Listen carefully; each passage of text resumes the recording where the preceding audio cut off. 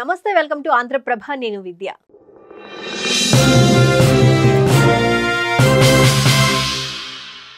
BRS పార్టీలో రాజకీయ విప్లవానికి బీజం పడిందా అంటే ఎస్, నిజమే అన్నట్లుగా అనిపిస్తోంది కదా సిచ్యువేషన్స్ చూస్తుంటే.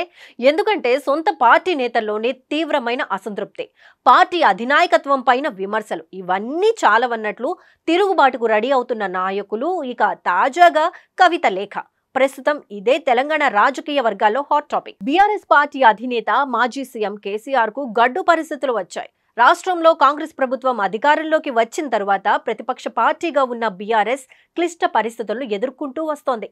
కొన్ని రోజుల పాటు ఫామ్ హౌస్ కే పరిమితమయ్యారు కేసీఆర్. ప్రతిపక్ష నేతగా బాధ్యతలను కూడా నిర్వర్తించలేదని, కనీసం పార్టీ నేతలను సైతం కలవడం లేదని పలు ఆరోపణలు కూడా వచ్చాయి. చాలా కాలం తర్వాత రీసెంట్ గా బీఆర్ఎస్ రజతోత్సవ సభను నిర్వహించడం జరిగింది. అయితే పార్టీలో కీలక నాయకురాలు కల్వకుంట్ల కవిత హైకమాండ్ కు లేఖ రాశారు. ప్రస్తుతం బీజేపీతో బీఆర్ఎస్ కు పొత్తులున్నాయన్న ఆరోపణల నేపథ్యంలో కవిత స్వయంగా కేసీఆర్ ను ప్రశ్నిస్తూ లేఖ రాయడం చర్చనీయాంశంగా మారింది. పార్టీలోని లోపాలపై తీవ్ర విమర్శలు చేశారు కవిత. నాయకత్వ నిర్వాహకంలో ఉన్న చికాకులపై ఘాటుగా రియాక్ట్ అయ్యారు. నియోజకవర్గ ఇన్ఛార్జీలు బీఫామ్ల విషయంలో దుర్వినియోగం చేస్తున్నారని, గ్రామస్థాయి మహిళా నాయకులకు అవకాశాలు దక్కడం లేదంటూ పలు ఆరోపణలు చేశారు.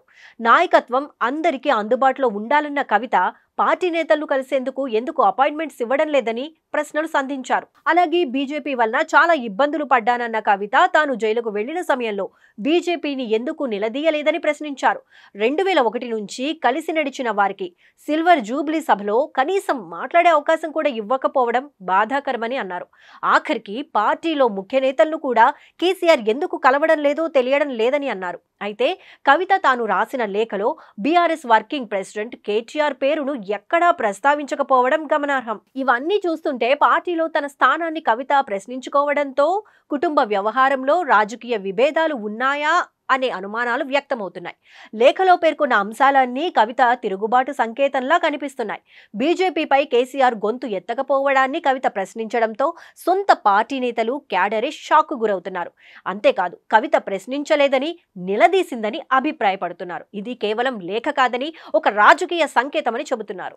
ఏది ఏమైనా కవిత రాసిన లేఖ బీఆర్ఎస్ లో పెద్ద చర్చకు దారితీస్తుంది. ఈ క్రమంలో వస్తున్న వార్తలను నిజం చేస్తూ బీఆర్ఎస్ కనుక బీజేపీతో పొత్తు పెట్టుకుంటే కవిత ఎలాంటి నిర్ణయం తీసుకోనున్నారు? బీఆర్ఎస్ పార్టీని వీడుతారా, లేక కవిత కొత్త పార్టీ పెడతారా, మరో పార్టీలో చేరతారా, లేక పూర్తిగా రాజకీయాల నుంచి వైదొలుగుతారా అనేది ప్రశ్నార్థకంగా మారగా ఈ విషయం పొలిటికల్ హీట్ ను పెంచుతోంది.